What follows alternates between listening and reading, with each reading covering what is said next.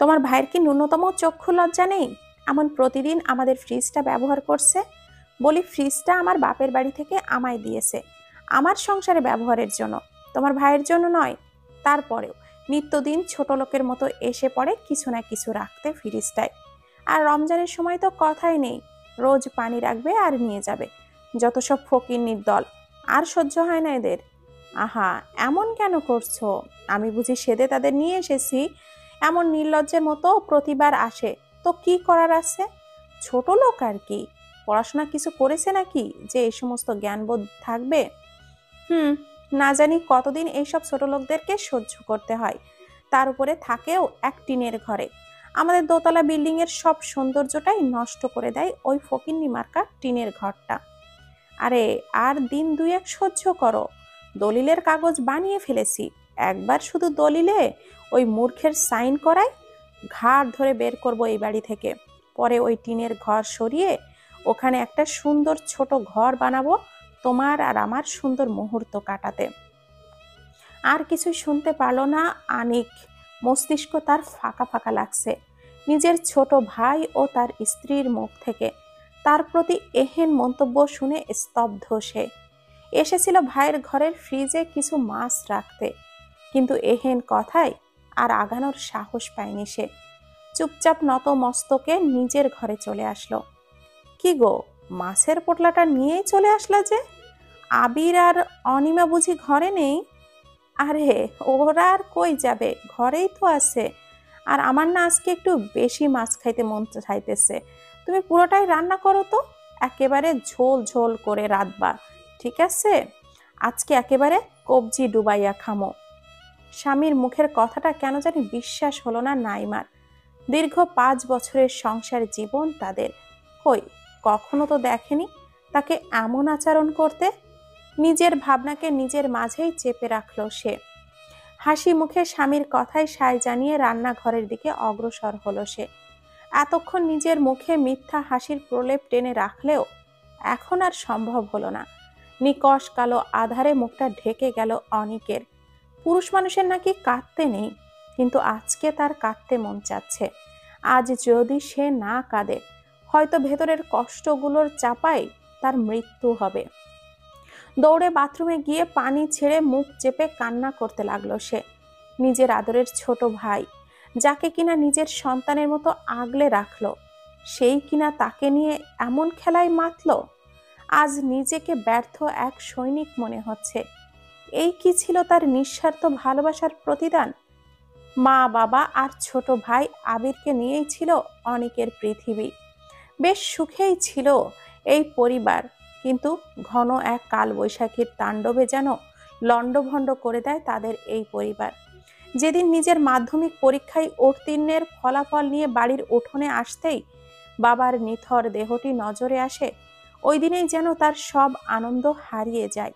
বাবার মৃত্যুর মাস ঘুরতে না ঘুরতেই মাও তাদেরকে ফাঁকি দিয়ে চলে যায় না ফেরার দেশে। কিন্তু দিয়ে যায় এক গুরু দায়িত্ব, নিজের ছোট ভাইয়ের দায়িত্ব। তারপর থেকেই নিজের ছোট ভাইয়ের বটবৃক্ষ হয়েই জীবন কাটাতে লাগলো তার। কিন্তু এতে আফসোস কখনোই হয়নি তার। নিজের শখ আহ্লাদকে বিসর্জন দিয়ে নেমে পড়ে উপার্জনের পথে। দিনের পর দিন খেটে ভাইকে সুশিক্ষিত করে সে। ভাইয়ের সকল চাহিদা পূরণ করতে থাকে সে। আজ তার ভাই বিশাল কোম্পানিতে জব করে, নিজের পছন্দের মেয়েকে বিয়ে করেছে সে। আনিক ভেবেছিল এই বুঝি তার পরিবারের সকল যন্ত্রণা শেষ, তার নীড় আবারও পূর্ণ হলো। কিন্তু হাই, আজ সে জানতে পারলো সেই যে তার পরিবারের যন্ত্রণা। আর ভাবতে পারছে না সে, ভেতর তার দুমড়ে মুচড়ে যাচ্ছে। কি হয়েছে তোমার? চোখগুলো এমন লাল কেন? শরীর খারাপ? নাইমার কথার ঠিক কি জবাব দিবে তা জানে না আনিক। কোন মুখে বলবে সে, যেই ভাইকে নিজের সর্বস্ব উজাড় করে প্রতিষ্ঠিত করলো, সেই আজ তাদের বোঝা ভাবে। কিভাবে সহ্য করবে নাইমা? সেও তো কম করেনি। হাসি মুখে স্বামীর সাথে নিজেরও সব শখ আহ্লাদকে মাটি চাপা দিয়েছে সে। আরে না, তেমন কিছুই না, চোখে কি জানি পড়ছিল তাই আর কি। তুমি এত চিন্তা করিও না তো। আসো, খেতে বসো। নাইমাও পাতে ভাত বেড়ে খেতে বসবে। এমন সময় ঘরে প্রবেশ করে আবির ও অনিমা। তাদের এমন আকস্মিক আগমনে আনন্দে আটখানা হয়ে পড়ে নাইমা। কতদিন পর ভাইটা তাদের ঘরে এলো। সে উৎফুল্লতার সাথে তাদেরকে স্বাগত জানাতে লাগলো। আরে ছোট ভাই আর অনি, আয় আয় বস, একদম সঠিক সময়ে এসেছিস তোরা। খেতে বসে পড়, গরম ভাতের সাথে মাছ ভুনা। আয় আয় বসে পড়। এইদিকে অনিমা শুধু চারিদিকে তাকাচ্ছে আর মুখ মোচড়াচ্ছে, যেন সে কোনো ময়লার স্তূপে দাঁড়িয়ে আছে। নাইমা খেয়াল না করলেও আনিক তা ঠিকই খেয়াল করেছে। আর তার ভাই আজ কেন তার ঘরে পা রেখেছে তাও সে বেশ ভালো করেই জানে। না না ভাবি, আজ না, অন্যদিন। আজ একটু দরকারি কাজে ভাইয়ের কাছে আসছি, ওই কাজটাই করা বেশি দরকার। তো কি হয়েছে, কাজের জায়গায় কাজ, এতে খাবারের কি? আয় খেতে বসতো। আহ নাইমা, ওরা যখন খেতে চাচ্ছে না কেন জোর করছো? বল আবির, কি কাজ? যদিও সে জানে ঠিক কি কাজে তার ভাই আজ তার দুয়ারে এসেছে, তাও একবার তার মুখ থেকে সে শুনতে চায়। ভাই, হয়েছে কি, আজকাল তো সবই ডিজিটাল চলে আসছে। ভাবতেছি আমাদের জমিটার সকল দলিলগুলো ডিজিটাল করে দিব। তাই আর কি, তোমার সাইন লাগবে। আমি সব করে ফেলছি, তুমি শুধু সাইনটা করে দাও, তাহলেই হয়। আনিক মুহূর্তের জন্যই স্তব্ধ হয়ে গেল। তারই আপন ভাই তাকে নিঃস্ব করতে কি সুন্দর পরিকল্পনাটাই না করলো। পর মুহূর্তেই একটা হাসি দিল, যাতে হাজারো চাপা কষ্ট লুকিয়েছিল। অতঃপর কাগজটা হাতে নিয়ে পড়তে লাগলো, যদিও সে জানে আবির বা অনিমা তাকে পড়তে দিবে না। হলোও তাই। যেই না সে কাগজটা পড়তে শুরু করলো, অমনি অনিমা ফোড়ন কেটে বলে উঠল, কি ভাই, নিজের ছোট ভাইয়ের ওপরে দেখি আপনার একরত্তি পরিমাণও ভরসা নেই। অনেক শুধু একবার চোখ তুলে তাকালো নিজের ভাই ও তার বউয়ের দিকে, পরে চুপচাপ সাইন করে দিল দলিলে। দলিলে সাইন পেয়ে তো আবির আর অনিমা আকাশের চাঁদ হাতে পেয়ে গেছে। তারা খুশি মনে কাগজ নিয়ে নিজের ঘরের দিকে পা বাড়ালো। আর সেই দিকে নির্লিপ্ত দৃষ্টিতে তাকিয়ে আছে আনিক। এতটা ছলনা একটাবার বললে কি হতো না? সে তো দিয়েই দিত। নিজের জীবনটাই যেখানে ভাইয়ের প্রতি উৎসর্গ করে দিয়েছে, সেখানে এতটুকুন জমিন আর কি। বুক ভরা কষ্ট নিয়ে একটুও ঘুমানোর চেষ্টা অনিকের, যদিও ঘুম আসবার নয়। উফ, আমার ভাবতেই আনন্দ লাগছে, এত দিনের মনোবাসনা এইবার পূর্ণ হলো। শুধু আজকের রাত, আগামীকাল আমাদের বাড়ির এই আবর্জনা মুক্ত হয়ে যাবে একেবারে। তা যা বলেছ আনিমা, এই ভালো মানুষের নাটকটা আর দেখতে পারছি না, বিরক্ত হয়ে পড়েছি। শুধু সকালটাই হওয়া বাকি, তারপরে। দুজনে মিলে উচ্চ স্বরে হাসতে লাগলো। কি গো, আজ তুমি নিজেই নামাজ পড়তে উঠে পড়লে যে? রোজ তো আমায় ডেকে দিতে। নাইমার কথায় আনিক একটু মুচকি হেসে বলল, কখনো আমাগো জীবনে এমন কিছু হয় যা আমরা ভাবিও না। নাইমা বোকার মতো আনিকের দিকে তাকিয়ে থাকলো, আর আনিক বেরিয়ে পড়ল নামাজ পড়বার উদ্দেশ্যে। কি বলবে সে, তার যে কিছুই বলার নেই। ভাগ্যের নির্মম পরিহাসে আজ সে নিস্তব্ধ। সারা রাত নিজের ভেতরের চাপা আর্তনাদের যন্ত্রণায় দুই চোখের পাতা এক করতে পারেনি আনিক। বহু কষ্টে ফজরের নামাজের পর একটু তন্দ্রাচ্ছন্ন হয়েছিল, কিন্তু দরজায় বিকট শব্দে তার ঘুম পুরোপুরি ছুটে যায়। হঠাৎ বিকট শব্দে ঘুম ভাঙায় বুক ধড়ফড় করছে তার। নাইমা দৌড়ে দরজাটা খুলতেই ঘরে প্রবেশ করলো আবির, আর তার পিছু পিছু কয়েকজন লোকও ঢুকলো। লোকগুলো দেখতে মোটেও সুবিধার না। এভাবে লোকসহ আবিরের আগমন দেখেই আনিকের বুঝতে বাকি রইল না যে কয়েক মুহূর্ত পরেই সে গৃহহীনা হবে। নাইমা আবিরকে জিজ্ঞাসা করলো, কিরে আবির, তুই এই সাত সকালে এত লোকজনকে নিয়ে এইভাবে আইলি কেন? কি হয়েছে রে? এ বেশি কথা বলিস না, চুপচাপ বের হ ঘর থেকে। আমি আমার জায়গা খালি করতে আসছি, চল বের হ। নাইমা আবিরের এহেন আচরণে স্তব্ধ হয়ে পড়ে। আর আনিক, সে তো মূর্তি হয়ে গেছে।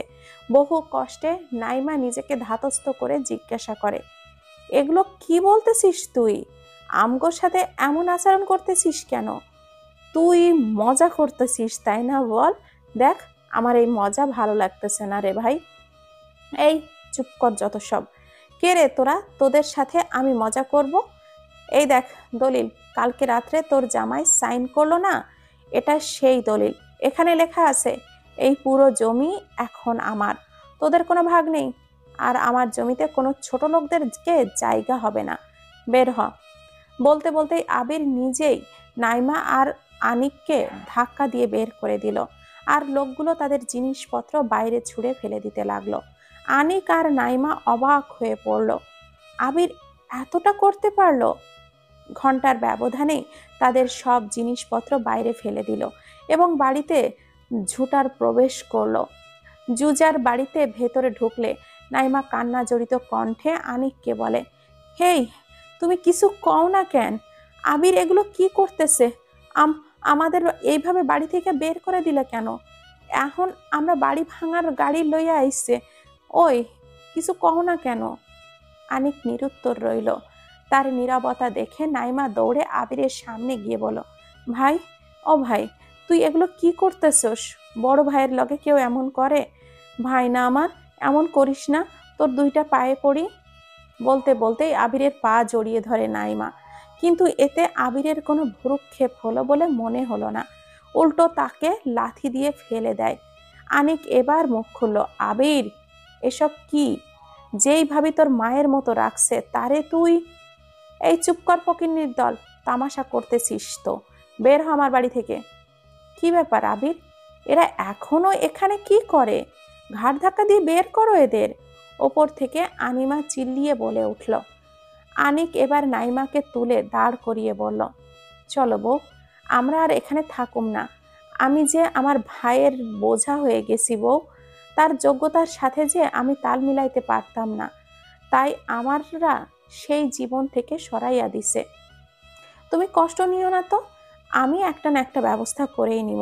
আপাতত চলো, তোমারে তোমার বাপের বাড়ি রাইখা আসি। একটা ব্যবস্থা করতে পারলেই তোমারে নিয়ে আসুমনে। আর তুমি, তুমি কই থাকবা? একটা ব্যবস্থা হওয়া পর্যন্ত তো তোমারও তো থাকার জায়গা লাগবো। আমি আমি পড়ে থাকুম নে কোনো না কোনো ফুটপাতে কিংবা ব্রিজে। আমার আর থাকা কোথাও যেমন, আমি তোমার সাথেই থাকুম।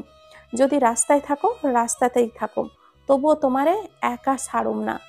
কেন? সবাই আমারে ছাইড়া চইলা গেছে, তুমি কেন পারবা না? আমারে এত মায়া কইরা কি পাইবা? কিছু তো দিতে পারলাম না তোমায় আজকে।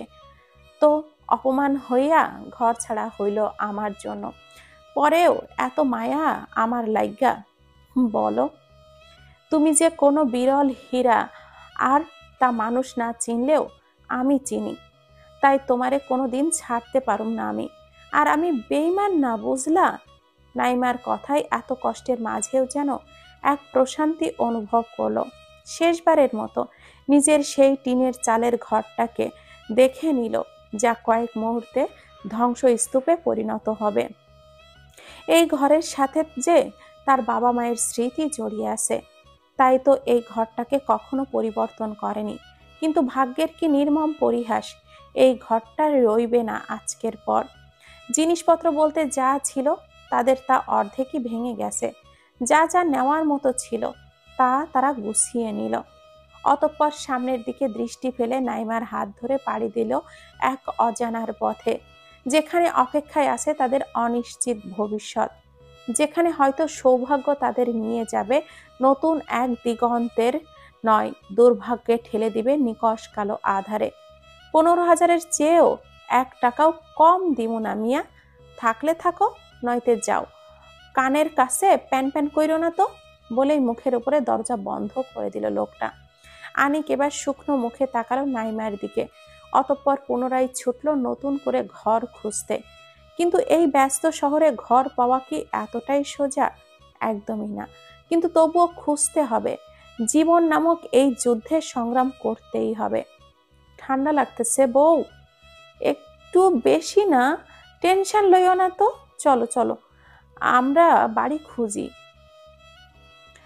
বাড়ি পাইয়া যামু, এত তাড়াহুড়া করা লাগবো না, আসো এইখানে বসো, ব্যাগ থেকে গরম কাপড় বাইর কইরা পরো। আমি সামনের দোকান থেকে চা আনি, দুইজন চা খাইয়া লই। সেই দুপুরে একটু পাউরুটি খাইছিলাম। এখন প্রায় আধার নাইমা আসছে। নাইমা মাথা নাড়িয়ে সাই জানিয়ে রাস্তার ধারে বসে পড়ে। আনিক চা নিয়ে আসলে দুজনে চা খেয়ে নেয়, অতঃপর পুনরায় নেমে পড়ে ব্যস্ত রাস্তায় অজানার উদ্দেশ্যে। নিশুতি রাত, চারিদিকে ঘন আধার। পুরানো একটা ভাঙাচোরা ঘরে শুয়ে আছে আনিক আর নাইমা। বহু কষ্টে এই ঘরটি ভাড়া পেয়েছে তারা।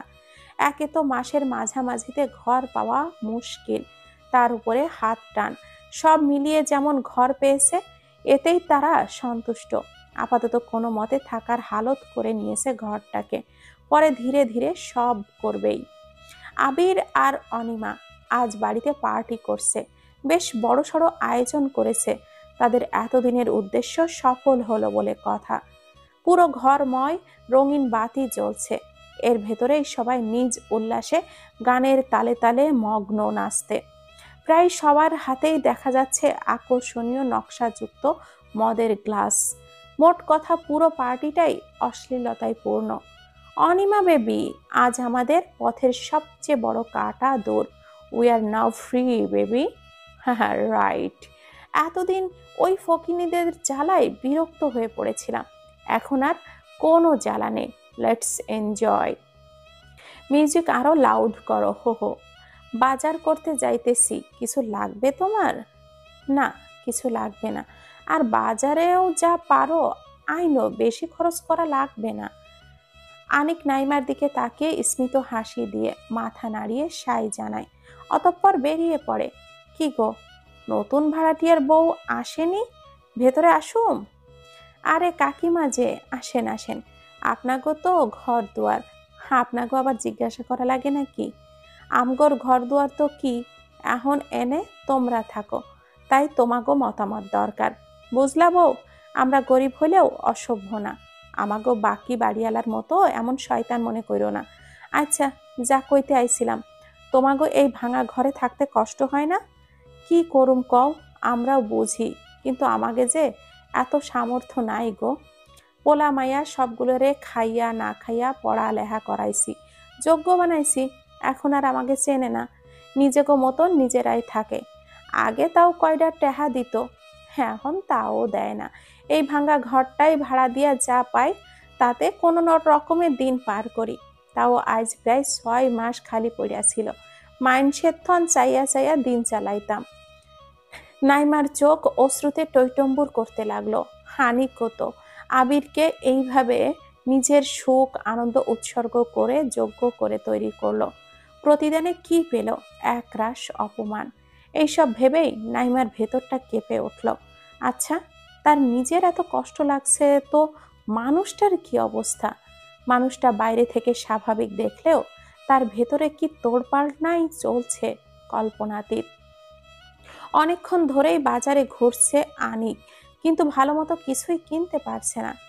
কোথাও ভালো জিনিস পেলে তার দাম বেশি, আবার দাম কম হলে জিনিস ভালো না। তাও টুকিটাকি যা পারছে কিনছে। বাজার করার এক পর্যায়ে মানি ব্যাগ খুলে টাকা গুনে দেখলো মাত্র 3,500 টাকা আছে। এদিকে মাসের আরো 15 দিন বাকি। এই টাকা দিয়ে এখনো আরো কত খরচ বাকি। কিভাবে কি করবে ভাবতেই একটা দীর্ঘশ্বাস ফেলে যতটুকু বাজার করেছে তা নিয়েই ছুটলো বাড়ির পথে। পথিমধ্যে দেখলো অনেক লোকের ভিড় জমে আছে। কৌতূহলবশত ওই দিকে এগিয়ে গিয়ে দেখলো এক বৃদ্ধ লোক রাস্তায় পড়ে হাঁসফাঁস করছে। অনেক লোকেরই ভিড় জমা হয়ে থাকলেও কেউ সাহায্যের জন্য এগিয়ে আসলো না।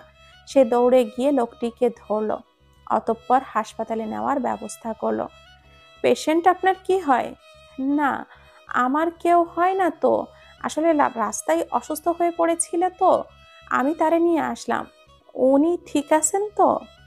ও আচ্ছা, না না তেমন কিছু হয়নি, শুধুমাত্র গরমে হিট স্ট্রোক করেছিলেন।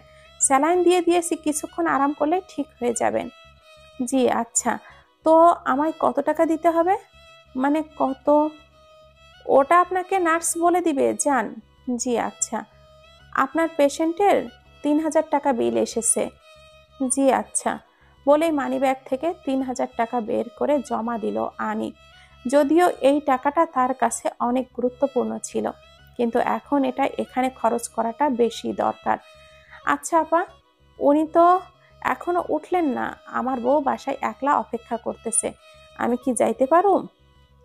উনি কখন উঠবে তা তো বলতে পারছি না, কিন্তু উনি আপাতত সুস্থ আছে। যেহেতু উনি আপনার পরিচিত নন, তো আপনি চাইলে চলে যেতে পারেন। উনি উঠলে ওনার পরিবারের লোকেদের সাথে যোগাযোগ করে নিবে। জি, তাহলে উনি যদি আমায় খোঁজেন, তো এই কাগজটা দিয়ে দিয়েন, এখানে আমার নাম আর নাম্বার দেওয়া আছে। নার্সটি হেসে মাথা নাড়িয়ে সম্মতি জানায়। অতঃপর আনিক বেরিয়ে পড়ে হাসপাতাল থেকে। অনেক দেরি হয়ে গেল, নাইমা অপেক্ষায় আছে তার। কি গো, এত দেরি করলা কেন? রাস্তায় কোনো বিপদ আপদ হইল নাকি? তুমি ঠিক আছো তো? নাইমাকে উদ্বিগ্ন হতে দেখে আনিক হালকা হেসে নাইমাকে সহ ভেতরে ঢুকে বলল, আরে আরে ঠিক আছি আমি, রাস্তায় একটা দরকারে পড়ে গিয়েছিলাম, তাই একটু দেরি হয়েছিল। অতঃপর নাইমাকে সবকিছু খুলে বলল আনিক। আচ্ছা, তো আমি এখন যাই, রান্না করি কেমন? এমনিতেই অনেক দেরি হয়ে গেছে। হুম, যাও। নাইমা রান্না করার জন্য বাজারের ব্যাগ খুলে এক এক করে জিনিস বের করতেই বুঝতে পারলো প্রায় অনেক কিছুই নেই, কিন্তু কিছুই বলল না, কেননা সে ভালো করেই জানে লোকটার যে হাত টান পড়েছে। পড়বেই বা না কেন? এতদিন মাথার উপরে স্থায়ী ছাদ ছিল, তাই যা কামাই করত মোটামুটি দিন চলে যেত, কিন্তু এখন যে মাথার উপরে ঠাঁইটার জন্যেও খরচ পোয়াতে হচ্ছে।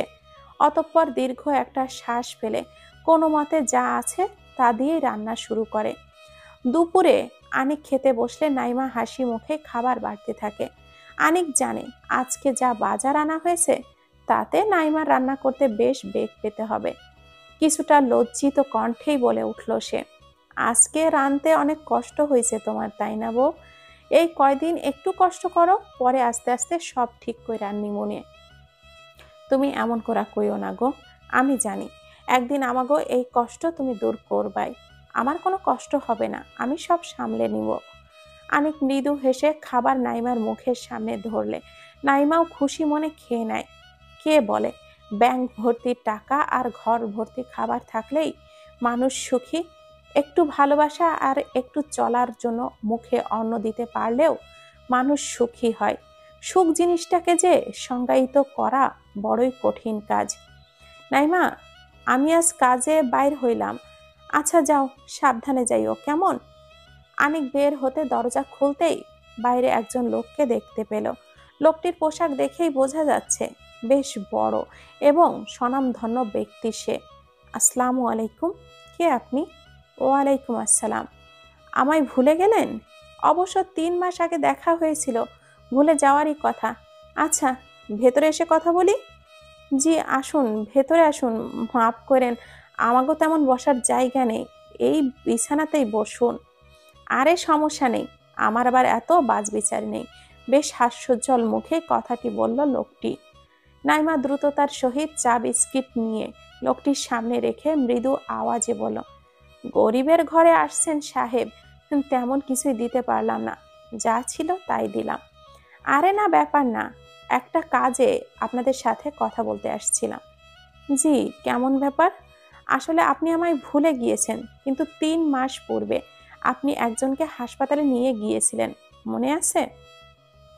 আনিক মাথা নেড়ে সায় জানালেই লোকটি হেসে বলে উঠল, আমি সেই লোক, আরশাদ মির্জা। ওই দিন জ্ঞান ফেরার পর আপনার তথ্য লেখা কাগজটা নার্স হাতে পাই। আপনার মতন ন্যায়বান মানুষকে দেখার প্রবল ইচ্ছে আমার মনে জাগলো। অতঃপর আমার একটা লোক দিয়েই আমি আপনার সকল খবরাখবর নিলাম, আপনার ব্যাপারে সবকিছু জানতে পারলাম।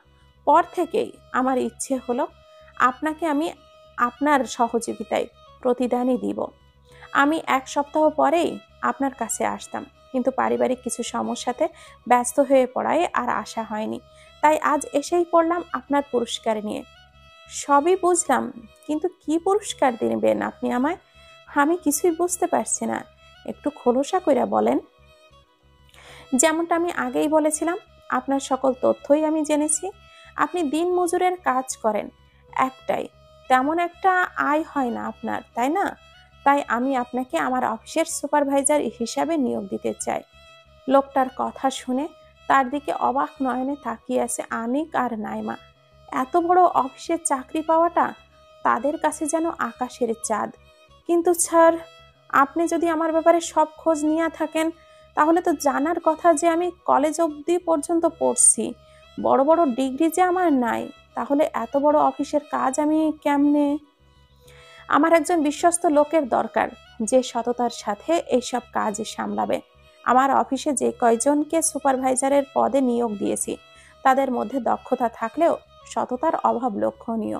আর আমি এই সততা আপনার মাঝে দেখতে পেয়েছি, তাই আপনাই এই কাজটা আমি দিচ্ছি। আমার বিশ্বাস আপনি পারবেন। আর কোথাও আটকে গেলে আমি তো আছি, কাজ করতে করতে দক্ষ এমনিতেই হয়ে যাবেন। আশা রাখছি এতে কোনো সমস্যা নেই। এবার বলুন, কবে থেকে কাজ করবেন? স্যার, আপনি বলেন কবে থেকে আইতে হইব, আমি ওই দিনে আসুম। তাহলে আজকে মাসের 30 তারিখ, কালকে আসুন। কাজ বুঝুন, 1 তারিখ হাতে কাজে লেগে পড়ুন। আর এখন আপনাকে দিন মজুরি করা লাগবে না, কেমন? জি জি স্যার। আচ্ছা, আইসা পড়ুমনে। আচ্ছা, আজ আসি, তাহলে কালকে দেখা হচ্ছে। আসি, কেমন? নাইমা এবং আনিক লোকটির হাসি মুখেই বিদায় জানায়। এবার হয়তো তাদের দুঃখের দিন ঘুচবে। সময় আর আপন সব গতিতেই বহমান। সময়ের বহমানতায় আজ প্রায় 1 বছর পেরিয়ে গেল। নিজের সততা আর কঠোর কর্মনিষ্ঠার কারণে আনিক নিজেকে কর্মস্থলে বেশ প্রতিষ্ঠিত করে নিয়েছে। সংসারেও নিয়ে নিয়েছে সচ্ছলতা। ওই ভাঙাচোরা বাড়িটাকে ভালোভাবে মেরামত করে ওখানেই ভাড়া থাকছে তারা। আপন বলতে আজ তাদের বাড়িওয়ালা চাচা চাচিই আছে। তাই তো এখন এখান থেকে চলে যেতে মন মানে না। মোট কথায় বেশ বড়সড় পরিবর্তন হয়েছে তাদের জীবনযাত্রার মানে। আজ আনিক এবং বাকি কর্মচারীরা বেশ ব্যস্ত ভঙ্গিমায় কাজ করছে। তাদের অফিস প্রদর্শনে আসছে কিছু বহিরাগত লোক, তাই সব কর্মচারী নিজের পক্ষ থেকে সর্বোচ্চটা দিচ্ছে। দিবেই বা না কেন? যদি তাদের আজকের আচরণে বহিরাগত লোকেরা সন্তুষ্ট হলো, তো মালিক পক্ষ চাইলে পদোন্নতিও হতে পারে। আর ভুল হলে চাকরিটাও চলে যাবে। আর চাকরির নামক সোনার হরিণটাকে যে কেউই হারাতে চায় না।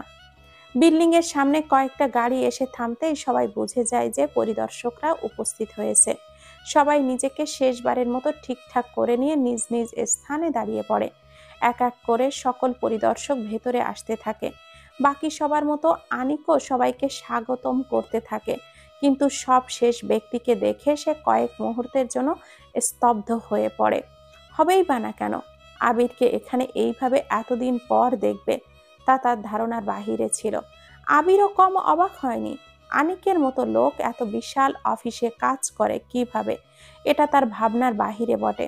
কিন্তু সে নিজেকে সামলে এমন একটা ভাব নিল যেন কিছুই হয়নি।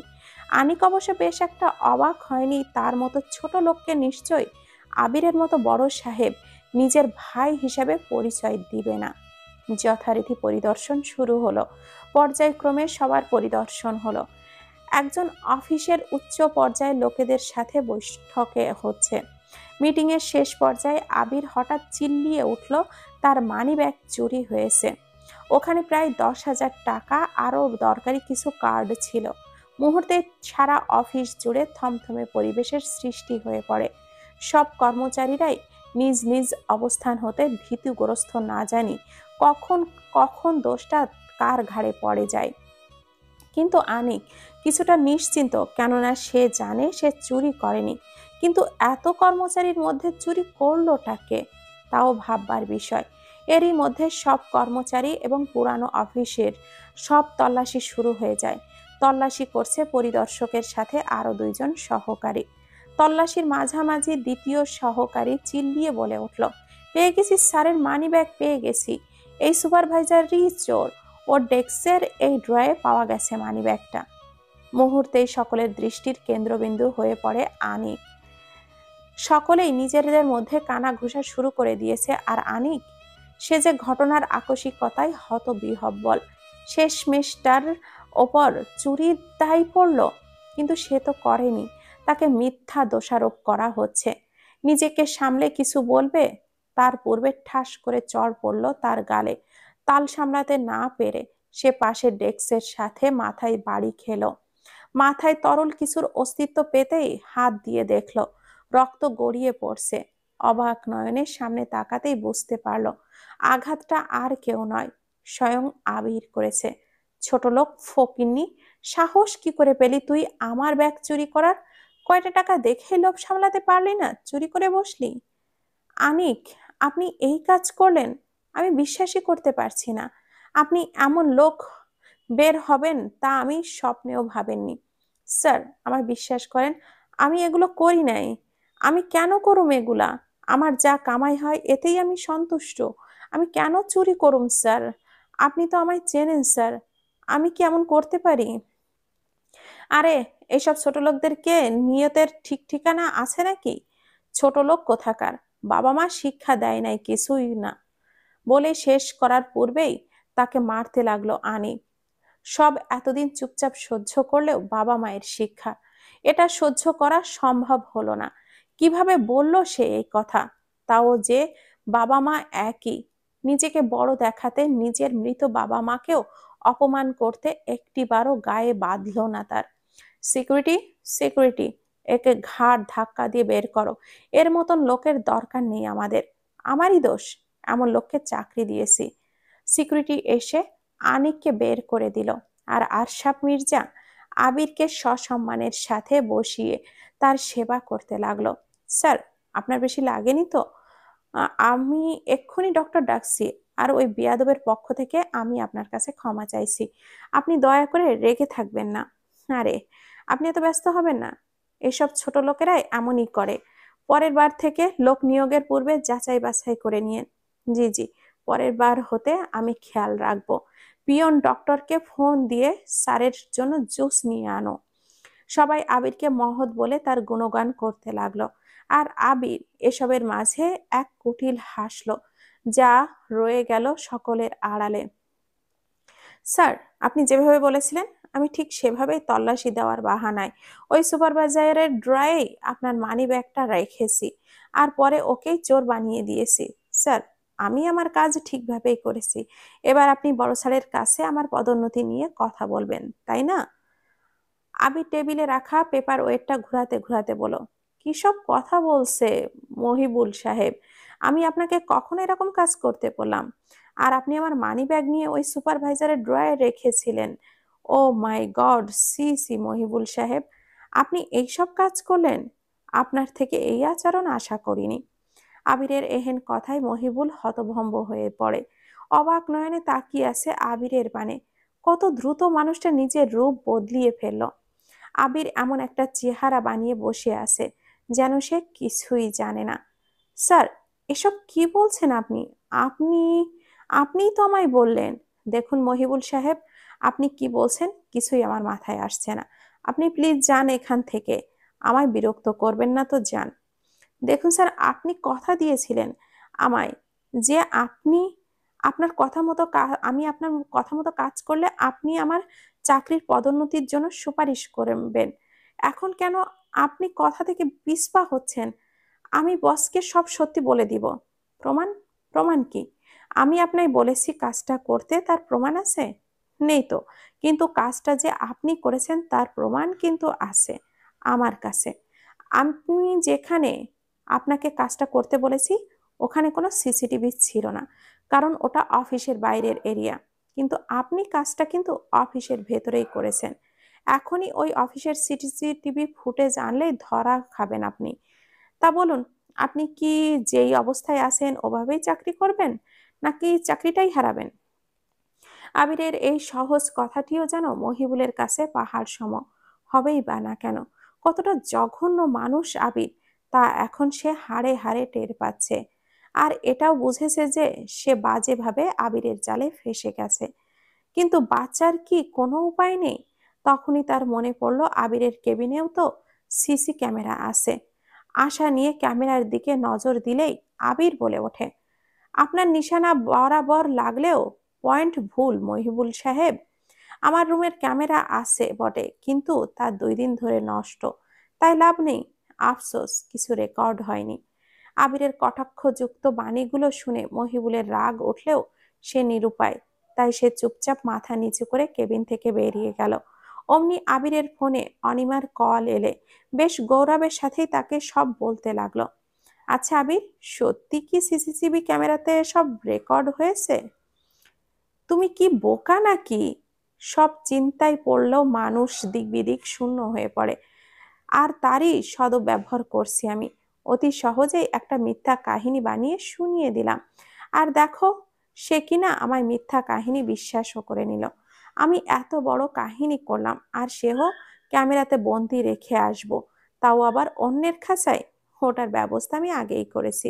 আর রইলো আমার কেবিনের ক্যামেরার কথা, ওটার কারসাজি তুমি তো বহু আগেই করেছো, নয়তো এত এত 2 নাম্বারির কাজ এই কেবিনে বসে করতাম কি করে? আবিরের কথা শেষ হতেই ফোনের দুই পাশে অট্টহাসিতে ফেটে পড়ল দুই কুলসিত মনের অধিকারী মানুষ। এই হাসিটা কি তাদের অধরে চিরস্থায়ী হবে, নাকি হারিয়ে যাবে কোনো এক অজানা আধারে? বড় একটা ব্রিজের কিনারায় থম মেরে বসে আছে আনিক। আজকের ঘটনা তাকে ভেতরে ভেতরে কুড়ে কুড়ে খাচ্ছে, কিন্তু সে নিরুপায়। অনেক সময় মানুষ সত্য হলেও নত হয়।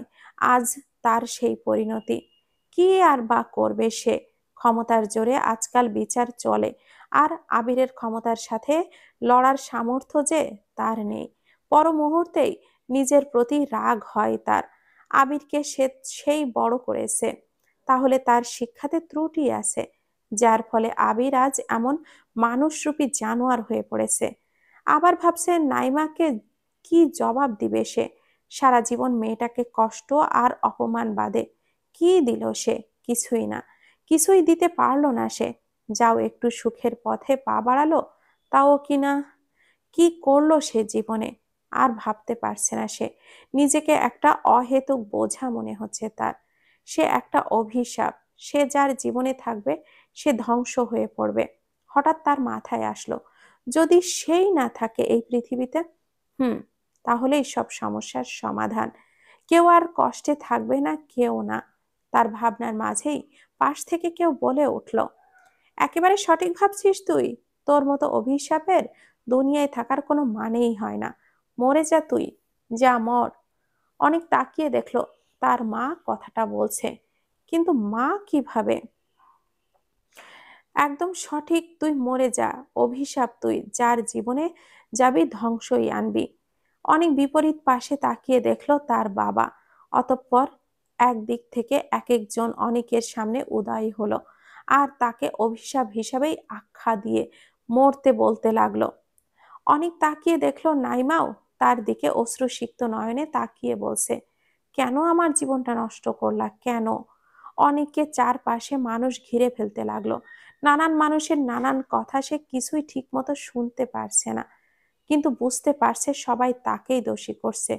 চুপ, চুপ, আর কিছু কইও না তোমরা, আল্লাহ দোহাই লাগে চুপ করো তোমরা। সে সামনে তাকাতে দেখলো কেউ নেই। মাত্রই যেখানে মানুষের ভিড় ছিল, চোখের পলকে তা হাওয়া হয়ে গেছে। কিন্তু সে আপাতত এইসব নিয়ে ভাবলো না। তার এখন অনেক বড় কাজ করতে হবে। নিজেকে পৃথিবী থেকে বিদায় করে সবার জীবনের অভিশাপ মুক্ত করতেই হবে। আর এই ভাবনা থেকে সে ব্রিজের রেলিংয়ে উঠে দাঁড়ালো। মনের আয়নায় বারবার নাইমার মুখটি ভেসে উঠছে। সে আপন মনেই বিড়বিড় করে বলল, আমাকে মাফ করে দিও বউ। আমি তোমার শখ আহ্লাদ কিছুই পূরণ করতে পারলাম না, কিছুই না। যেই না ঝাঁপ দিতে যাবে অমনি কেউ একজন তাকে পেছন থেকে টেনে নামিয়ে নিচে ফেলে দিল। হঠাৎ করে ফেলে দেওয়ায় বেশ ব্যথা অনুভব করলো সে, কিন্তু তার কাজে বিঘ্নকারীর মুখটা দেখতে ব্যথাকে পাত্তা না দিয়ে সামনে তাকালো। কালো ফ্রেমের চশমা, পরিপাটি শাড়ি, আর তার উপরে অ্যাপ্রন পরে দাঁড়িয়ে আছে এক রমণী। যে কেউ এক দেখাতেই আন্দাজ করতে পারবে যে সেই রমণীটি বেশ সম্ভ্রান্ত। অনেকও বুঝলো, কিন্তু তার মাথায় এখন নিজেকে শেষ করার ঝোঁক চেপেছে, আর তার মাঝেই বাধা এই রমণী। তাই বেশ ক্রোধান্বিত আওয়াজেই রমণীকে উদ্দেশ্য করে বলল, আমারে টাইনা নামাইলেন কেন? আমি মরতে গেছিলাম, মরতে দিলেন না কেন? আপনি জানেন আমি কত বড় অভিশাপ? আমি আজকে মরে গেলে আমার লগে জুইরা থাকা প্রত্যেকটা মানুষ মুক্ত।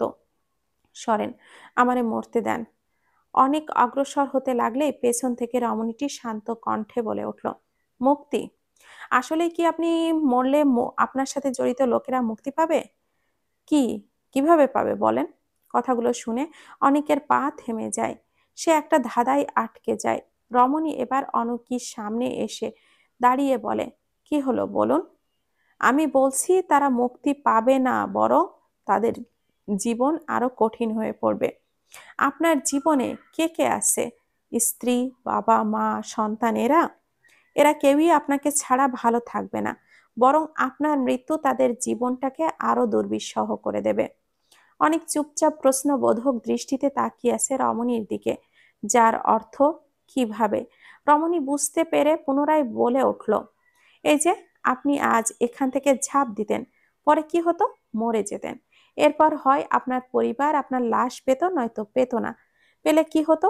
আপনার পরিবার সহায় সম্বলহীন হতো, আপনার বাবা মা সন্তানহীনা হতো, আপনার সন্তান পিতৃহীনা হতো, আপনার স্ত্রীর গায়ে বিধবা অপয়ার তকমা লাগতো।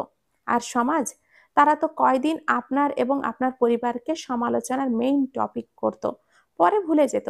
কিন্তু আপনার পরিবার আজীবন আপনার অভাবে ভুগত। আর যদি আপনার লাশ না পেত, তাহলে তাহলেও সমাজ আর আপনার এই ভূমিকায় থাকতো না। আর আপনি, আত্মহত্যা মহাপাপ, এটা করে নিশ্চয়ই স্বর্গে যেতেন না। মোট কথায় আপনার আত্মহত্যা কাউকেই মুক্তি দিত না, বরং আরো নতুন সমস্যার উদ্ধাব করত। কিন্তু আপনি বেঁচে থাকলে আপনার পরিবার আর কিছু পাক বা না পাক ভরসার স্থল পেত। আর রইল সমাজ, সে সর্বদাই সমালোচকের ভূমিকায় থাকে। ক্ষেত্র বিশেষ আপনিও এই সমাজের সমালোচকের ভূমিকা পালন করে থাকি। যাকগে, অনেক কথাই বলে ফেললাম। পরিশেষে একটা কথাই বলবো, এত কিছুর পরেও আপনি যদি আত্মহত্যা করতে ইচ্ছুক, তাহলে প্লিজ করুন, আমি আপনায় আর বাধা দিব না। কিন্তু আমি তো তাগলয়কে কিছু করতে পারি নাই, বারবার ব্যর্থ হই, কি করুম আমি? কয়বার ব্যর্থ হয়েছেন? একবার, দুইবার, বড়জোর ধরলাম তিনবার। এতেই আপনি নিজেকে ব্যর্থতার পথিক করে দিলেন। এই দেশের মানুষেরা ব্রিটিশদের হাতে 200 বছর শোষিত হয়েও ব্রিটিশ শাসনের অবসান ঘটিয়ে ছেড়েছিল। বাঙালিরা টানা কত রক্ত ঝরালো, কিন্তু বাংলাদেশ অর্জন করেই ছাড়লো। স্কটল্যান্ডের রাজা টানা 6বার হেরেও সপ্তমবার নিজের জয় নিশ্চিত করলো। এরা যদি এত ব্যর্থতাকে বুড়ো আঙ্গুল দেখিয়ে সফলতার তাজ অর্জন করতে পারে, আপনি পারবেন না কেন? আপনি কেন এতটুকুতেই পরাজয় স্বীকার করছেন? ছোটবেলায় পড়েননি, পারিব না এ কথাটি কেন বলো বারবার? একবার না পারিলে দেখো শতবার। অনেক মাথা নেড়ে সাই জানায়, যার অর্থ হ্যাঁ, সে পড়েছে। রমণী মুচকি হাসি দিয়ে বলল, তাহলে হার মানছেন কেন? পরাজয়কে পরাজিত করে সফলতার মুকুট অর্জন করুন। অনেকের ওপর রমণীর কথাগুলো জাদুর মতো কাজ করলো। সে বুঝতে পারলো ঠিক কতটা ভুল পথে পা বাড়িয়েছিল সে। সে কিছু বলবে তার পূর্বে রমণীটি বলে ওঠে, হুম, এমন হুটহাট সিদ্ধান্ত নিয়ে যা বলে ফেলবেন না, ঠিক আছে? কেননা মানুষ তার হুটহাট নেওয়া সিদ্ধান্তগুলোর কারণেই জীবনে কোনো না কোনো সিদ্ধান্তহীনতায় পড়ে। কারণ এই হুটহাট নেওয়া সিদ্ধান্তগুলো বেশিরভাগ ক্ষেত্রেই ভুল প্রমাণিত হয়। আপনাকে 7 দিন সময় দিলাম। এই 7 দিন পরেও যদি আপনি আপনার সিদ্ধান্তে অটল থাকেন, তাহলেই আমাকে বলবেন। এ নিন আমার কার্ড। অনেক কার্ডটা হাতে নিয়ে দেখলো, তাতে গোটা গোটা অক্ষরে সুন্দর করে লেখা, ডক্টর অঙ্কিতা চ্যাটার্জি, মনোরোগ বিশেষজ্ঞ। নামটা কেন জানি অনেকের বেশ পরিচিত মনে হলো, কিন্তু কোথায় শুনেছে তা মনে করতে পারছে না। তার ভাবনার অবসান ঘটে অঙ্কিতার কথায়। রাত প্রায় 2টা বাজে। এত রাতে গাড়ি পেতে সমস্যা হবে, তার উপরে আপনার পরিবারও অপেক্ষায় আছে। চলুন, আমি আপনার বাড়িতে পৌঁছে দিই। যদিও অনেক যেতে না, কিন্তু অনেক রাত হয়ে গেছে। নাইমার বাসায় তার অপেক্ষায় আছে, যদিও চাচা চাচি আছে তার পাশে, তারপরেও। তাই বিনা বাক্যে ব্যয় না করেই গাড়িতে উঠে বসলো। অতঃপর যাত্রা শুরু হলো। গাড়ি অগ্রসর হলো। কিছু স্মৃতি বন্দি করে নির্জন সেতু সেখানে ঠাই দাঁড়িয়ে রইল। কি গো বউ, এমনে রাইতের সময় আঙ্গিনায় বইয়া আসোস কেন? অনেক বাবা কই? আর তুই কান্দোস কে? চাচি, তুমি হঠাৎ এখানে? ঘুম থেকে উঠলো কে? আরে, আমি আর তোর চাচা উঠছি তাহাজ্জুদ নামাজ পড়াবার লাইগা। উঠানের দিকে নজর পড়লো, তো বাতি জ্বালতেছে দেখেই আসছি। কত দেখি এই রাতে এখানে কি, কে আসছোস কে? চাচি, উনি সেই সকালে কামের জন্য বের হয়েছে, এখন আসে নাই, ফোনটাও তুলতেছে না। উনি তো এত দেরি করে না, সন্ধ্যার পরেই এসে পড়ে। আর আজ?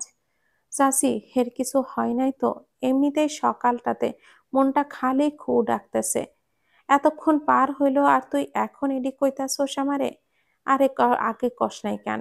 চাচির ধমকে মুহূর্তে নাইমার কান্নার বেগ পাল্লা দিয়ে বাড়লো। কি বলবে সে?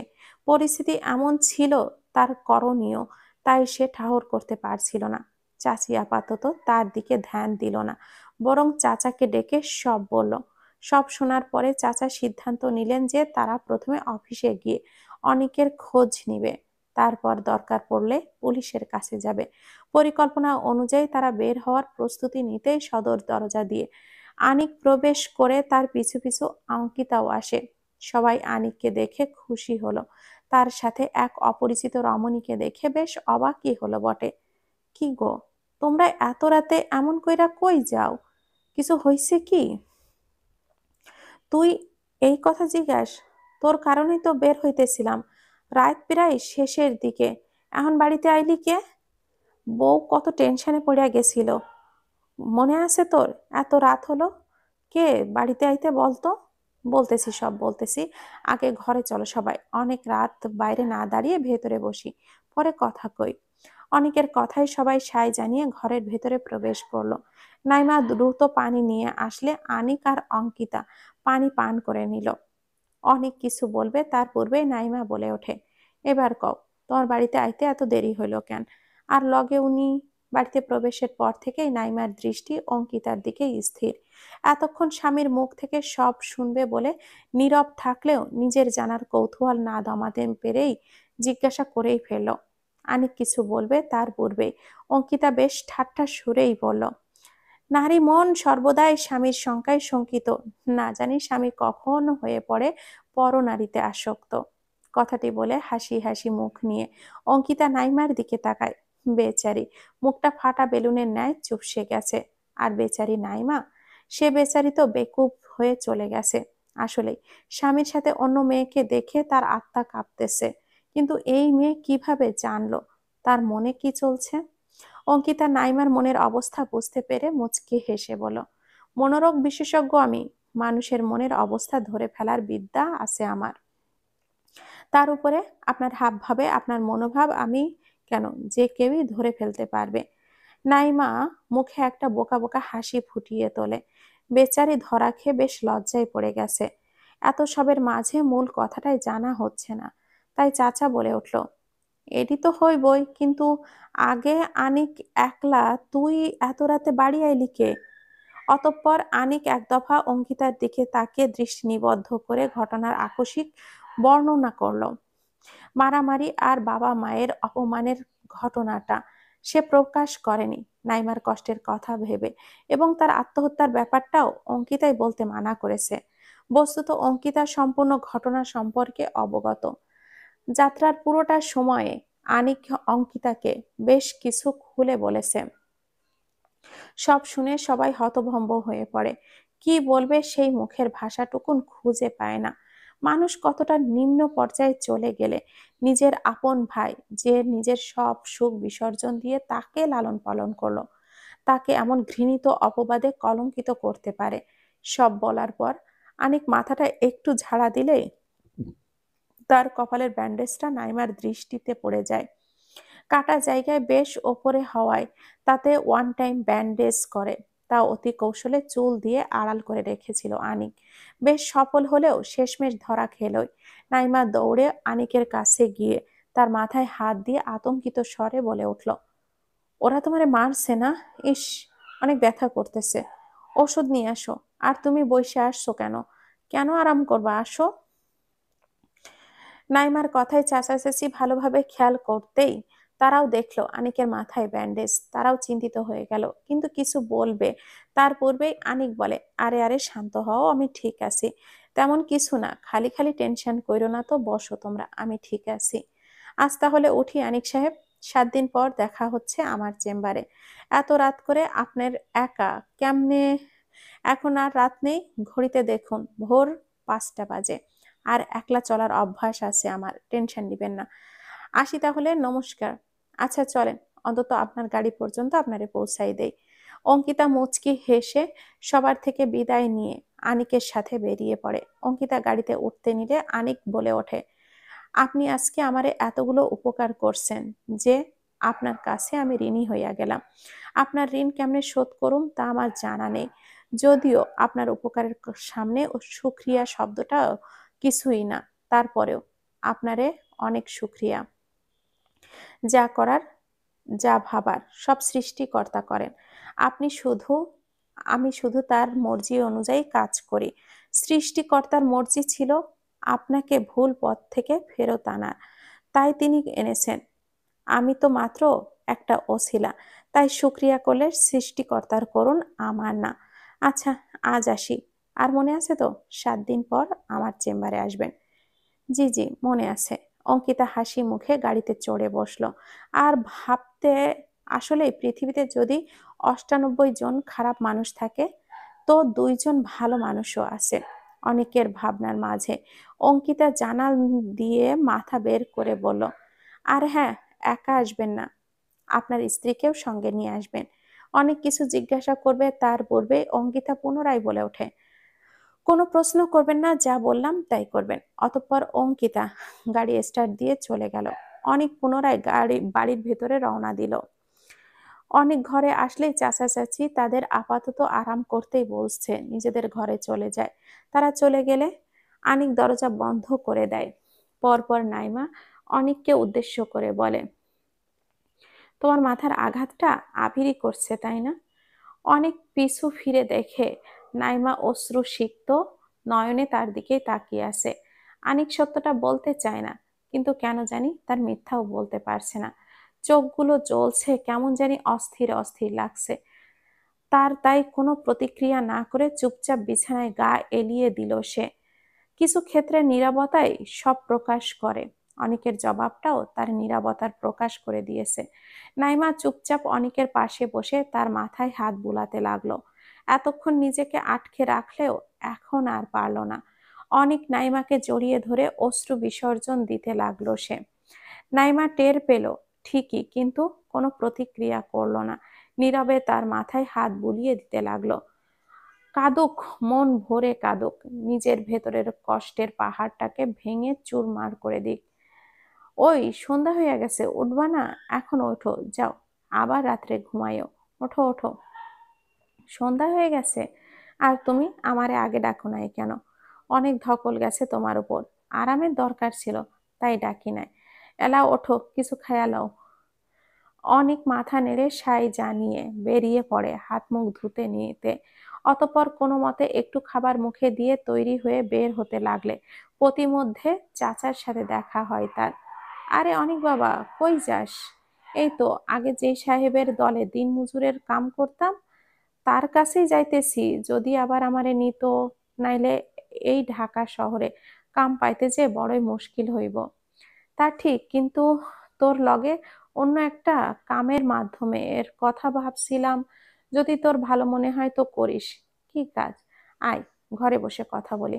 অতঃপর চাচা আর আনিক ঘরে ভেতরে প্রবেশ করে। মোড়ের মাথায় আলীর যে কাপড়ের দোকান আছে না, ওইটাও বিক্রি করে দিতেছে। ভালো বড় দোকান ওইটা, আর এলাকার মধ্যে একটাই কাপড়ের দোকান, তাই বিক্রি কিনি ভালোই, বেচা বিকিনি ভালোই চলে। কিন্তু গ্রামের বাড়ি কইছে ওইখানে চইলা যাইব, তাই এখানে আর কোনো কিছু রাখবো না। গ্রামেই দোকান দিব বইলা, এখানে দ্রুত বিক্রি করব বইলা সস্তা দামে দোকান ছাইড়া দিছে। 2 লাখ টাকায় দোকান বিক্রি করব কইছে।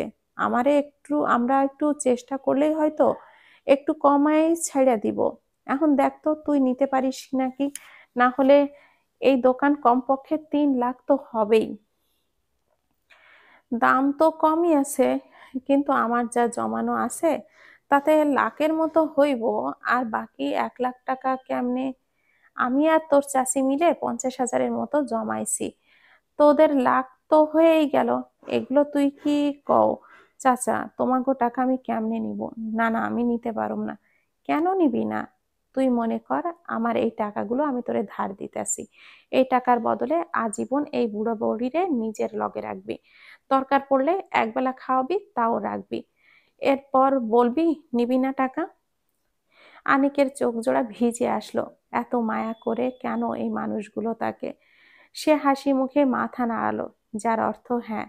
ততক্ষণে চাচি আর নাইমাও এলো। তাদেরকে সব জানানো হলে তারা তাদের কিছু গহনা বের করলো, যা বিক্রি করে 30,000-এর মতো টাকার যোগান দেওয়া সম্ভব। বাকিটা না হয় ধার কিংবা লোন নিয়ে নিল। যদিও আনিক সব সম্পদ একেবারেই ঝুঁকিতে ফেলতে চায়নি, কিন্তু সবাই তাকে নানান বুঝ দিয়ে রাজি করালো। অতঃপর আনিক রাজি হলেই তাকে নিয়ে চাচা বেরিয়ে পড়ল আলীর সাথে কথা বলতে। বহু কষ্টে আলীকে বুঝিয়ে দোকানের দাম একটু কমিয়ে নিল তারা। এর পরের সময়গুলো যেন কাটতে লাগলো বিদ্যুৎ বেগে। দোকানটার রেজিস্ট্রেশনটা অনেক কষ্টে 2 দিনে সম্পন্ন করে নিল। ধার দেনার মাধ্যমে তৃতীয় দিনেই দোকানে নতুন মাল তুলে ফেললো। অতঃপর তাদের নতুন ব্যবসা নতুন উদ্যমে শুরু হলো। আনিকের দিন রাত করে করা পরিশ্রম আর সততার ফলে প্রথম দিকে সে গ্রাহকের মনে জায়গা করে নিতে লাগলো। এভাবেই কেটে গেল একটা সপ্তাহ। অতি ব্যস্ততায় অঙ্কিতার চেম্বারে যাওয়ার কথাটা আনিক নিতান্তই ভুলে বসলো। প্রায় 2 সপ্তাহ পর অঙ্কিতার কার্ডটা নিজের নজরে আসলে তার মনে পড়লো অঙ্কিতার চেম্বারে যাওয়ার কথা, কিন্তু রাত হয়ে পড়ায় ওই দিন আর যেতে পারলো না। পরের দিন সকালে চাচাকে একটু দোকানটা সামলাতে দিয়ে নাইমাকে নিয়ে ছুটলো অঙ্কিতার চেম্বারের উদ্দেশ্যে। 6তলা বিল্ডিংয়ের 4তলায় নিজের কেবিনে বসে গভীর মনোযোগে একটি ফাইল পড়ছে অঙ্কিতা। হঠাৎই তার মনোযোগ ব্যাঘাত ঘটিয়ে দরজার কড়া নাড়ল কেউ। স্বাভাবিকভাবেই তার মনোযোগে বিঘ্ন ঘটল, তবুও নিজেকে শান্ত রেখেই মিহি সুরে ওপারে দাঁড়িয়ে থাকা আগন্তুককে ভিতরে আসার অনুমতি দিল। অঙ্কিতার অনুমতি পেতেই নাইমাকে নিয়ে কেবিনে প্রবেশ করল আনিক। বেশ পরিপাটি এবং শীতল একটি পরিবেশ। আনিক আর নাইমা চারিদিকে একটু নজর বুলিয়ে সামনের দিকে যেখানে অঙ্কিতা বসে আছে সেখানে নজর স্থির করল। অঙ্কিতাও তাদের দিকেই তাকিয়েছিল। তাদেরকেও তার দিকে তাকাতে দেখেই অঙ্কিতা মুচকি একটা হাসি দিয়ে বলল, আরে আনিক আর নাইমা যে, আসুন আসুন বসুন। অঙ্কিতার কথায় আনিক আর নাইমা টেবিলের বিপরীত পাশের চেয়ারে বসতেই নজর পড়ল অঙ্কিতার টেবিলে রাখা নেমপ্লেটটিতে। এখানেও বেশ সুন্দর ও স্বচ্ছ লেখায় অঙ্কিতার নাম ও তার নিচে মনোরোগ বিশেষজ্ঞ লেখা। তাদের পর্যবেক্ষণের মাঝেই অঙ্কিতা বলে ওঠে, তা আজ হঠাৎ করে আমার সাথে দেখা করতে আসলেন? কোনো দরকার নাকি আমায় মনে পড়ে গেল? আপনি ভুইলা গেছেন? আপনিই না ওইদিন বলছিলেন আপনার সাথে 7 দিন পর দেখা করতে? উহু, ভুলিনি, একদম মনে আছে। কিন্তু হয়েছে কি, ক্যালেন্ডারের তারিখ অনুযায়ী ওই দিনের পর আজ 7ম দিন নয়, 21তম দিন চলছে। অঙ্কিতার কথায় আনিক লজ্জা পেল। ঈশোষ কি ভাবছেন অঙ্কিতা তার ব্যাপারে? নিশ্চয়ই ভাবছেন যে আনিক কেমন মানুষ, কথার বড়খেলাপি করে। কি লজ্জার ব্যাপার? আমি তেমন কিছুই ভাবছি না। আমি এমনিতেও জানতাম আপনি দেরি করেই আসবেন, কিন্তু তা যে একান্তই পরিস্থিতির চাপে তাও আমি জানি। আনিক হতবাক হয়ে বলে, আপনি জানতেন কিন্তু কেম? আমি কিভাবে জানলাম আপাতত সেটা নিয়ে আলোচনা না করি। আপনাকে যেই কাজের ডেকেছিলাম তা মনে আছে তো? আনিক মাথা নেড়ে সায় জানিয়ে সম্মতি জানাল। অঙ্কিতা তার হাসিটা বজায় রেখেই বলল, আর ইচ্ছা আছে আত্মহত্যা করার? আত্মহত্যা শব্দটি শুনেই নাইমা কেঁপে ওঠে। ডক্টর ম্যাডাম, এটা কি বলল? কেন বলল? এতক্ষণ নীরব দর্শকের ভূমিকা পালন করলেও এবার নাইমা প্রশ্ন করে ওঠে, আত্মহত্যা মানে? এগুলা কি বলতেছেন আপনি? উনি আত্মহত্যা করব কেন? না না, ও কিছু না বউ, আমরা তো খালি উহু মানি কাজ না। ওই দিন লুকিয়েছিলেন, আমি কিছুই বলিনি, কারণ তখন তারা সত্যিটা জানলে তারা আপনাকে নিয়ে সর্বক্ষণ চিন্তায় ডুবে থাকত। আর তখন আপনারা মানসিক পরিস্থিতি এমন ছিল যে তাদের চিন্তাটাকেও আপনি দয়া মনে করতেন, নিজেকে আরও বেশি বোঝা মনে করতেন। তাই আমিও বলিনি, কিন্তু এখন বলে দেয়া দরকার, নাইমার অধিকার আছে সত্যিটা জানার। কেউ আমারে একটু খুইলা বলবো কি হইছে? আমি কিছুই বুঝতেছি না। আনিক কিছুটা ইতস্ত করছে সত্যিটা জানাতে। তাই অঙ্কিতাই ধীরে ধীরে সব সত্যি নাইমার সামনে তুলে ধরলে নাইমা বিস্ময়ে হতবাক। টলমলে নয়নে আনিকের দিকে তাকিয়ে আছে সে। লোকটা এত ভয়ঙ্কর একটা কাজ করতে যাচ্ছিল, একটাবারও কি বুক কাঁপেনি লোকটার? তুমি এই কাজ করার কথা ভাবলাও কেমনে? তুমি মনে করলাও কেমনে আমি তোমারে বোঝা ভাবমু? এই চিনলা তুমি আমারে? নাইমার এমন ব্যথাতুর ও অভিমান কণ্ঠ শুনে আনিকের তীব্র অনুশোচনা হচ্ছে। কত বড় ভুল পদক্ষেপটাই না সে নিল। সে নাইমাকে কিছু বলতে চাইল, কিন্তু বলার মতো কিছুই খুঁজে পেল না। কোনো একটা অদৃশ্য শক্তি তার কণ্ঠনালীকে চেপে রেখেছে, তাই সে নতমস্তকে বসে রইল। দেখো নাইমা, আনিককে বলে লাভ নেই, ও যা করেছে একান্তই মানসিক চাপে পড়ে করেছে। আর মানুষ মানসিক চাপে পড়লে তার হিতাহিত জ্ঞানশূন্যের কোঠায় পৌঁছে যায়, তাই সে ঠিক ভুল কিছুই বিবেচনা করতে পারে না। আনিকেরও তাই হয়েছিল। ব্যর্থতার হতাশায় তার নিজেকে বোঝা মনে হয়েছিল। তার মস্তিষ্কতে একটা বিষয় গেঁথে গিয়েছিল যে তার মৃত্যুই তাকে এবং তার প্রিয় মানুষগুলোকে মুক্তি দিবে। আর এর থেকেই সে আত্মহত্যার পথে অগ্রসর হয়। যদিও এটা নিছকই তার মস্তিষ্কের গড়ানো পরিস্থিতি ছিল। কিন্তু হ্যাঁ, এখন আমি পূর্ণ নিশ্চয়তার বলতে পারি যে আনিকের ভুল ধারণা পরিপূর্ণভাবে মিটে গেছে। সেদিন রাতে আমার কথা আর আপনাদের তার প্রতি ব্যাকুলতা দেখেই প্রায় অর্ধেক ভুল ধারণা তার মস্তিষ্ক থেকে মিটে গিয়েছিল। বাকিটুকু এই কয়দিন পরিবারের কাছে থেকে তাদের সাথে প্রত্যেকটা মুহূর্ত কাটিয়ে পুরোপুরিভাবেই মিটেছে। এবং তিনি তার ভুল বুঝতে পেরেছেন আর তা সংশোধন করার পূর্ণ প্রচেষ্টাও চালাচ্ছেন। যার প্রমাণ হল তিনি পুনরায় নিজের ভাগ্য বদলানোর চেষ্টা করছেন।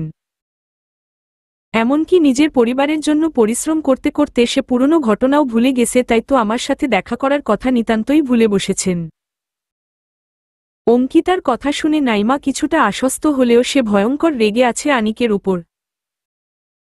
অঙ্কিতা তা বুঝতে পেরে নানানভাবে তাকে বুঝাতে লাগল। একসময় নাইমাও বুঝল আসলেই আনিক যাই করেছে এখানে তাকে দোষ দেয়া যায় না। নাইমার রাগের পাহাড় গলাতে পেরে এক তৃপ্তির হাসি হাসে অঙ্কিতা। অতঃপর তারা তিনজন খোশগল্পে মত্ত হয়ে যায়। ঘণ্টাখানেক পর নাইমা আর আনিক অঙ্কিতার থেকে বিদায় নেয়, পা বাড়ায় নিজেদের গন্তব্যের উদ্দেশ্য। তখনই অঙ্কিতা বলে ওঠে, আগামী সোমবার আমি আপনাদের বাড়িতে বেড়াতে আসছি, কিন্তু একটা সারপ্রাইজ আছে আপনাদের জন্য। আনিক আর নাইমা হাসিমুখেই তাকে আসতে বলে। কিন্তু কি সারপ্রাইজটা জানতে চাইলে অঙ্কিতা বলে না ওটা নাকি ওই দিনই বলবে, তাই আনিক আর নাইমাও বেশি জোরাজুরি না করে অঙ্কিতার কথাতে সায় দিয়ে চলে যায়।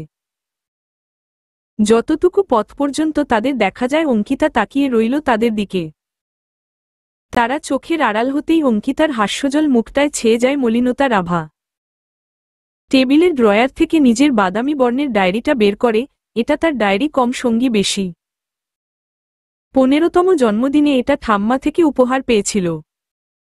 তখন থেকেই তার সকল অনুভূতি এই ডায়েরিতে লিপিবিদ্ধ আছে। বেশ কয়েকটা পাতা উল্টিয়ে সাদা পেজ বের করে তাতে নীল কালিতে গোটা গোটা অক্ষরে লিখল, যে প্রণয় পায় পূর্ণতা সে যে বড়ই ভাগ্যবান। প্রণয় পূর্ণতা লেখা নেই যে আমার পরা কপালে। প্রণয় যে আমার আটক ধর্মের দেয়ালে। এতটুকু লিখেই ডায়েরিকে পূর্বের জায়গায় রেখে চেয়ারে হেলান দিয়ে বসে চোখ দুটো বন্ধ করে ফেলল। মুহূর্তেই চোখের দুই ধার দিয়ে ধীর গতিতে নোনা জল গড়িয়ে পড়া শুরু করল। যেই জলে লুকিয়ে আছে হাজারো যন্ত্রণা, প্রণয়ের অপূর্ণতার তীব্র বেদনা। কিন্তু আফসোস, এই নোনা জল কিংবা রমণীর প্রণয়ের অপূর্ণতার বেদনা কারোর দৃষ্টিতেই পড়ল না। তুমি কি আমার উপর অহনো রাইগা আসো বউ? হুম আসি তো, অনেক রাইগা আসি, অহন আমার রাগ ভাঙান। ও বউ, তুমি রাইগা থাইকো না গো, আমার কষ্ট লাগে। তুমি কও কি করমু আমি? উমম, এক প্লেট ফুচকা কিংবা এক প্যাকেট ঝালমুড়ি খাওয়াইলে রাগ ছাড়ার ব্যাপারে ভাইবা দেখমুনে। আইচ্ছা চলো, আইজ দুইডাই খাওয়ামু তোমারে। এবার রাগ ভাঙছে? নাইমা খুশিতে আনিকের হাত জড়িয়ে ধরে মাথা নাড়িয়ে সম্মতি দিলেই আনিক তার রানীর মান ভাঙাতে নিয়ে যায় ফুচকাওয়ালার কাছে। কেটে যায় কিছু মুহূর্ত দুষ্টু মিষ্টি খুনসুটিতে। প্রিয় মানুষটার মুখের এক চিলতে মিষ্টি হাসি আর একটু আনন্দ, এটাই তো জীবনের সুখের মুহূর্ত। এসব কি অনিমা? তোমার প্রেগন্যান্সি রেজাল্ট পজিটিভ কিভাবে আসলো? বিয়ের 2 বছর পর আমার প্রেগন্যান্সি রেজাল্ট পজিটিভ কিভাবে আসে সেটা কি তুমি বুঝো না? বাচ্চা তুমি? অনিমার কথায় আবিরের মেজাজ যায় চোটে, কিন্তু আপাতত সে ঝগড়া করার মেজাজ নেই, তাই নরম সুরেই বলল, আমি সেটা বলিনি, আমি বলতে চাইছি আমরা তো এমন কিছুই প্ল্যান করিনি। তার উপর আমরা অলওয়েজ এ ব্যাপারে সতর্ক থাকি, তো এটা কিভাবে হলো? আর আমাদের এখনো নিজেদের নিয়ে এনজয় করার সময়ের মধ্যে এই বাচ্চার ঝামেলা। ও প্লিজ, এটা বলো না যে তুমি মাতাল হয়ে আমার কাছে এসেছো আবার এসব বিষয়ের খেয়াল রেখেছ। আর যেভাবেই হয়েছে ভালোই হয়েছে। বিয়ের 2টা বছর পার হয়ে গেছে, এখন বেবি প্ল্যান করতাম না তো কবে করতাম? আর বাচ্চা হলেই কি হবে, তাকে আয়া পালবে, এতে আমার এনজয়মেন্ট কেন নষ্ট হতে যাবে? আবিরের মেজাজ তুঙ্গে উঠে গেছে। এমনিতেই আজকাল অনিমাকে তার বিরক্ত লাগে, আগের মতো কোনোভাবেই লাগে না, তাই চাইছিল অনিমার সাথে সম্পর্ক রাখবেই না। কিন্তু এখন কিনা এসব বাচ্চার উটকো ঝামেলা। শুধু অনিমাকে ডিভোর্স দিতে গেলেই তার কাবিনের টাকা দিতে হতো, তার সাথে কেস চলাকালীন এলিমনির খরচ আরও কত ঝামেলা হতো। আর এখন তো বাচ্চাও যুক্ত হয়ে গেল, মানে জ্বালা আরও কয়েকগুণ বাড়ল। এসব ভেবেই আবিরের সর্বাঙ্গ রাগে জ্বলছে। অতঃপর রাগ মাথায় নিয়েই বেরিয়ে পড়ল অফিসের উদ্দেশ্য। আবিরের গাড়ি সদর দরজা পেরোলেই অনিমা দ্রুত দরজা বন্ধ করে বান্ধবী নাতাশাকে কল করে। ওপর পাশ হতে নাতাশা কল রিসিভ করেই অনিমাকে প্রশ্ন করে, সব ঠিকঠাকভাবে করেছিস নাকি কোনো গন্ডগোল লাগিয়েছিস? আবির তোর উপর সন্দেহ করেনি তো? আরে না, আমি সন্দেহ করার কোনো চান্সে দেই নাই। আর ও সন্দেহ করবেই, কেমনে মাতাল ছিল, ওর নিজেরই কিছু মনে নাই, কি করছে না করছে এখন আমার কথা মানতে বাধ্য। যাক, তাহলে এই যাত্রায় বাঁচা গেল। কিন্তু একটা কথা না বললেই নয়, তুই পিওর একটা বি, কি সুন্দর অন্যের বাচ্চাকে নিজের বরের বাচ্চা বলে চালিয়ে দিচ্ছিস। আর তার থেকেও বড়, তুই নিজেই জানিস না বাচ্চাটা এক্সাক্টলি কার। কার? যার হওয়ার হোক, তাতে আমার কি? আমার ফিজিক্যাল রিল্যাক্সন দরকার ছিল, সেটা পেয়েছি, কার থেকে পেয়েছি আর কিভাবে পেয়েছি তা কোনো ব্যাপার না। আর বাচ্চা, এটা জাস্ট একটা অ্যাক্সিডেন্ট। ফালতুই 10টা মাস আমাকে উটকো একটা ঝামেলা টানতে হবে, এর কারণে তো আমি ধাত। কিছুই করার নাই রে, তোর প্রেগন্যান্সির 3 মাস হয়ে গিয়েছে, নয়তো এবর্ষণ করিয়ে ফেলা যেত। অসহ্যকর। আচ্ছা শুন, আমি এখন রাখি রে, একটু দরকারে বাইরে যাব। কোন দরকারে যাবি আর কই যাবি সেটা আমার বেশ ভালো করেই জানা আছে। জানিস যেহেতু ফোন রাখিস না কেন? আমিও ফ্রি নাই রোহানের সাথে, আজকে রোহানের সাথে আমার অনলাইন ডেটিং আছে। রোহান তো টোটাল 9টা, তুই কয় নাম্বার রোহানের কথা বলছিস? উহুম, এটা নতুন একটা। ও আচ্ছা, করো করো, আমি এখন রাখি, বাই। নাতাশা কল কাটলে অনিমা আরামে বিছানায় হেলান দিয়ে মোবাইলে নিজের অনলাইন ডেটিং নামক পরকীয়াতে মনোযোগ দেয়। আর মনে মনে নিজেকে চতুর উপাধি দেয়। বেশ ধনী পরিবারেই অনিমার জন্ম। অনিমার বাবা মা দুজনই সফল ব্যবসায়ী। কিন্তু তাদের সফলতার পিছনে কঠোর পরিশ্রম কম, অশ্লীলতাই বেশি, যা ছিল লোকচক্ষুর আড়ালে। ছোট থেকেই বাবা মায়ের অন্য মানুষের সাথে অগাধ মেলামেশা দেখে সে অভ্যস্ত। একেবারেই ছোট ছিল, সময় না বুঝলেও পরে সময়ের সাথে ঠিকই বুঝতে লাগল, কিন্তু এতে কেন জানি তার খারাপ লাগত না, বরং বেশ উপভোগ করত সে এসব। ধীরে ধীরে সেও এসব অশ্লীলতায় নিজেকে জড়িয়ে ফেলল, কিন্তু আড়ালে। এক পর্যায়ে বাবা মায়ের হাতে ধরা পড়লে যেন সে আরও ছুট পেয়ে বসে নিজের অশ্লীল কর্মগুলো আরও দ্বিগুণ উৎসাহের সাথে করতেই থাকে সে। তার বাবা মা বাধা দিলে তাদের উল্টো তর্কে ফেলে সে। তাই তার বাবা মা নিজের সম্মান রক্ষার্থেই তাকে হোস্টেলে পাঠিয়ে দেয়। এতে অবশ্য তার লাভই হয় বটে। হোস্টেলে এসে তার পরিচয় হয় নাতাশার সাথে। ব্রোকেন ফ্যামিলির মেয়ে হওয়ায় নাতাশার চলাফেরাও অনিমার মতোই ছিল। পরিচিত হওয়ার পর থেকেই দুইজন মিলে একত্রেই নিজেদের অশ্লীলতার পর্যায়ে বৃদ্ধি করতে থাকে। এভাবেই অশ্লীলতা, মাদক, অসামাজিক এক জীবন কাটতে থাকে অনিমার। আবিরের সাথেও পরিচয় তার এক নৈশ ক্লাবেই ঘটে, যদিও আবিরকে সে জানায়নি তার ক্লাবে আসার মূল উদ্দেশ্য কি। আবির শুধু জানত যে অনিমা ক্লাবে পার্টি করতে আসে, আর আবিরের কাছে এটা স্বাভাবিক, কেননা এটা তার কাছে আধুনিকতার প্রতীকীর মতো। আবিরকে দেখেই অনিমা বুঝতে পারে আবির একজন লোভী আর উচ্চবিলাসী মানুষ, যাকে লোভের বশীভূত করে যা খুশি করা সম্ভব। আর এমন একজনকেই অনিমার দরকার ছিল, কেননা আজ নয় কাল সমাজে তার নিজেকে বিবাহিত হিসেবে উপস্থাপন করতে হবেই, কিন্তু তার এই অসামাজিক জীবনও সে ছাড়তে রাজি নয়। তাই আবিরকেই তার চোখে পারফেক্ট লাগল। পরিকল্পনা মোতাবেক সে আবিরকে প্রেমের প্রস্তাব দিলে আবিরও অনিমার ফ্যামিলি স্ট্যাটাস দেখে রাজি হয়ে যায়। অতঃপর বিয়েও হয় অনিমার পরিকল্পনা মোতাবেকই। আনিক আর নাইমা আবিরের পছন্দকেই প্রাধান্য দেয়, আর অনিমার বাবা মা এমনিতেও এসবে মাথা ঘামায় না, তাই বিয়েটা নির্বিঘ্নে হয়ে যায়। সব ঠিক থাকলেও সমস্যা হয়ে দাঁড়ায় আনিক আর নাইমা। কেননা নাইমা সর্বদা অনিমার সাথে কথা বলতো, কোথাও গেলে বা আসলেও জিজ্ঞাসা করত, এমনকি কেউ আসলেও তার কথা জিজ্ঞাসা করত। যদিও নাইমা এগুলো করত নিজের চিন্তা এবং উদ্বেগ হতে, কিন্তু অনিমার কাছে এটা বাধা আর বিরক্তি বইকি কিছুই না। এই কারণেই অনিমার ভিতর ধরা খাওয়ার ভয় কাজ করত, যার কারণে সে নাই প্রতিদিন বাইরে যেতে পারত আর নাই কাউকে বাসায় নিয়ে আসতে পারত।